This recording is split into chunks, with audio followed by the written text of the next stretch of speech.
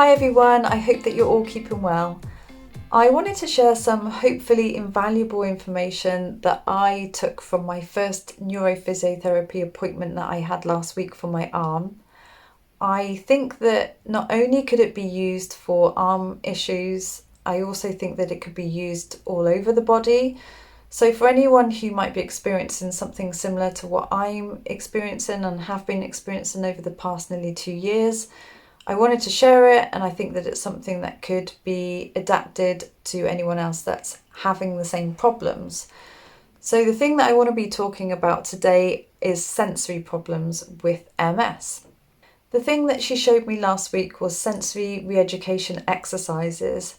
I'd never heard of it, but I was extremely impressed by the thought process behind them. So today I want to talk about what they are, how you do them, and what they aim to achieve. So they are a list of exercises that you will use to be able to help restore your brain's ability to interpret your senses. So for example, you have no senses in your fingertips, or maybe you have no senses in your toe or upper limbs, and what the aim is to do is to kind of get that sensory feeling back by using touch. So the way in which it works is just by getting a number of different items and using touch without sight to be able to get that ability back, and by touching the items. And each time you touch something, you send a sensory stimulation to your brain to help rewire itself. I just find it so interesting. Nobody's ever kind of walked me through this or done an exercise like this. And so we talked through it and she showed me what to do. And so that's what I'm going to be doing today, just showing you how you can do it and a couple of things that you can do to help. So how do we do this? Well, you want to gather up some items, maybe start with about 6 or 7, and then you can gather them either on a tabletop, or the other alternative is to actually put them into an empty bag, because the point of the exercise is that you close your eyes. You're not actually seeing the object that you're touching it with your fingers so that your senses are able to actually understand what it is that you're touching. So I have got an empty bag here, and what I've done is I've just got a few items which I'm going to pop into the bag, and I'll give you an example of the kind of things that you can use. So I've got some cotton wool, I have a nail file, I have a cold object, I've got a spoon, but you can use anything. I've also got a scourer, I have a pen, a nail file,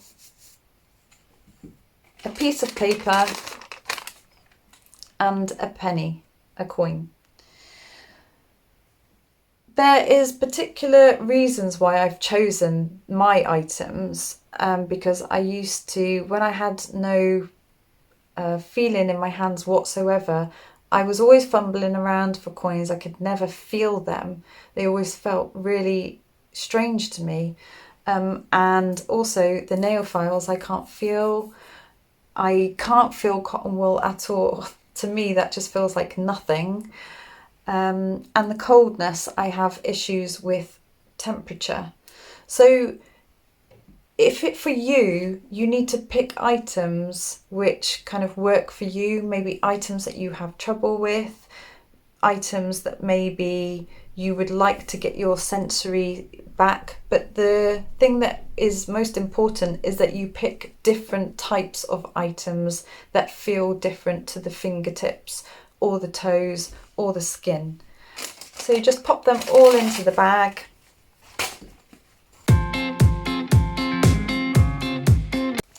Into the bag, and then basically without looking, you put your hand into the bag and you pick up an object and you feel the object and you try to distinguish what the object is, and you try to make out what the different textures are, and you get your hands used to it.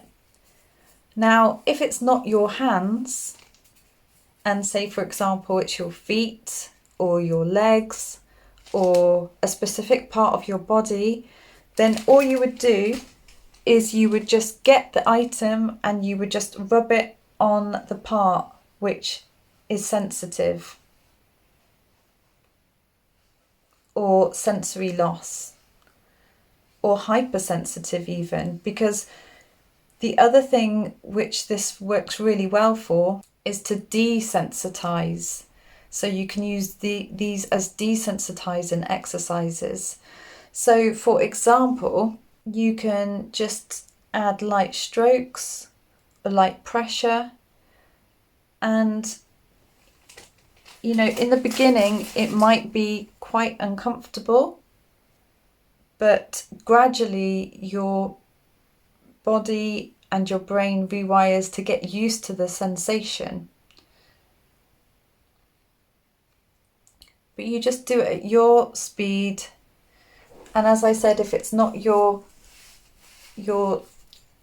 hand, it could be your leg. So you just do it wherever on your body.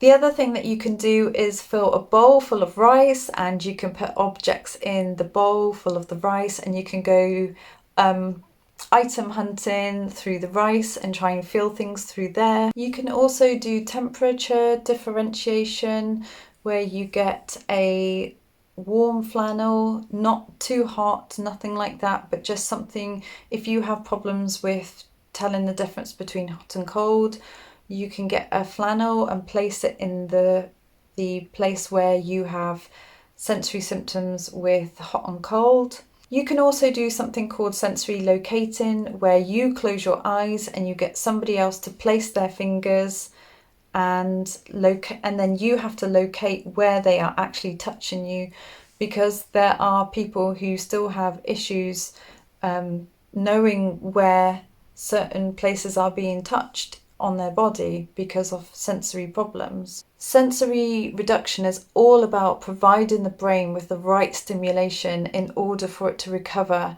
the sensory issues that it once had. Just a very quick update on my arm saga, because 19 months into this arm problem, we have found out that it definitely was a relapse. So the reason I'm having this really is to get the arm back to a point where it's manageable. It's managing the pain, the neuropathic pain, rather than actually having a cure for it. I'm not taking any medication. I just need to now be able to manage the arm going forward. But as you can see, I am no longer wearing my brace because I've been told not to. So I'm just trying to go ahead and live life normally without a hairy dog brace on my arm. So yeah, and have lots of physiotherapy sessions, hopefully, with my MS team, which they've provided. And I'm really, really happy about having them. So fingers crossed that, I'm not expecting this arm to ever get back to normal, but 10 years on the Lemtrada trial with no relapses, and having a relapse after 10 years, I think that's pretty good going. So yeah, it's just one of those things. I really, really hope that something like this will help you. It's a bit of an eye-opener to me. I've never heard of it. I hope that by doing this, it will train my touch to be able to come back to some level. I've completely lost all senses of my left hand, especially my fingertips, and left with a bit of numbness in my elbow and my forearm. So we will see. I will carry on with them. I hope maybe it helps you as well. As usual, if there's any questions or anything, please ask. And I hope you all keep well. I'll see you soon, everyone. Bye.